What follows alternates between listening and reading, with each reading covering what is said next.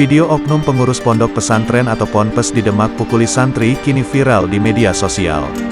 Kejadian yang terekam dalam video berdurasi 1 menit 6 detik itu memperlihatkan pengurus ponpes memukuli sejumlah santri. Diduga, pondok pesantren itu berada di Kampung Kerajaan, Desa Jogoloyo, Kecamatan Wosalam, Kabupaten Demak. Salah satu akun Instagram @devia_jasmin_wijaya_1 mengunggah video pemukulan yang dilakukan pengurus ponpes pada Minggu, tanggal 5 September tahun 2021, malam.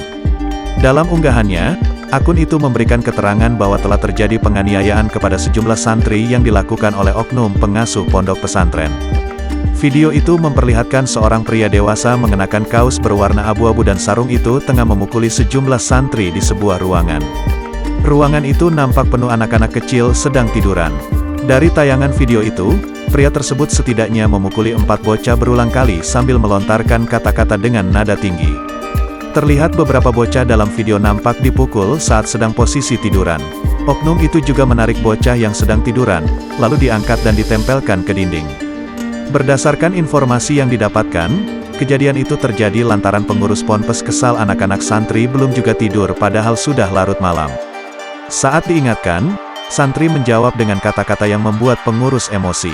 Hingga akhirnya pengurus ponpes itu tersulut emosi dan terjadilah kekerasan fisik terhadap santri.